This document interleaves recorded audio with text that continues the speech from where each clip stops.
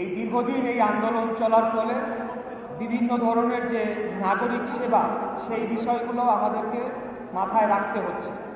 আপনাদেরকে একটু তথ্য দিতে চাই যে এই আন্দোলনের শুরু থেকে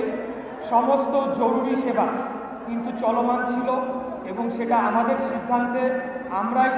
নিশ্চিত করেছি যে সকল ধরনের জরুরি সেবা যেগুলো রয়েছে সেগুলো যাতে চলমান থাকে, অর্থাৎ আমাদের আন্দোলনের কারণে যাতে জনগণের দুর্ভোগ তো হচ্ছেই, কিন্তু সেটি যাতে চরম আকারে না পৌঁছায়। আপনারা সকলেই জানেন যে কিছুদিন যাবৎ ডেঙ্গুর প্রাদুর্ভাব দেখা দিচ্ছে, যার কারণে আগামী দিনগুলা ঢাকা শহরকে নিরাপদ রাখার জন্যে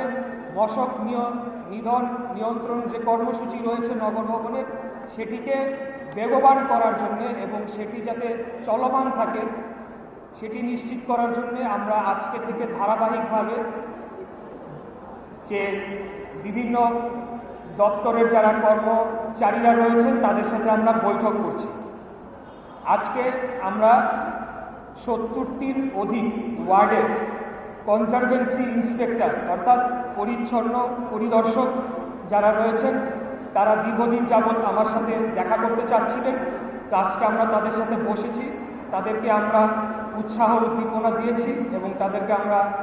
নিশ্চিত করেছি যে তাদের ভবিষ্যতে তাদের যে বিভিন্ন সমস্যাগুলো আমরা দেখব এবং তাদেরকে আমরা ধন্যবাদ জানিয়েছি এই আন্দোলন চলাকালীন সময় এবং বিশেষ করে কোরবানি ঈদের সময় তারা যে নিরলস পরিশ্রম করে ঢাকা শহরকে পরিষ্কার পরিচ্ছন্ন করেছে এবং মাঠে তারা কাজ করেছে, সেটার জন্য তাদেরকে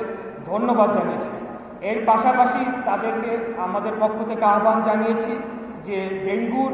নিয়ন্ত্রণ করার জন্যে যাতে আমরা নগরীকে পরিষ্কার পরিচ্ছন্ন আরও বেশি রাখতে পারি এবং কোথাও যাতে ডেঙ্গুর প্রজনন স্থল হয়ে না ওঠে সেটা নিশ্চিত করার জন্যে যারা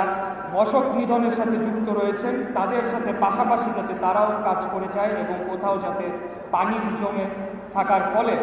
এডিস মশার যে প্রজনন সেটি যাতে না ঘটে সেটি নিশ্চিত করার জন্য তাদেরকে আমরা দিক নির্দেশনামূলক বক্তব্য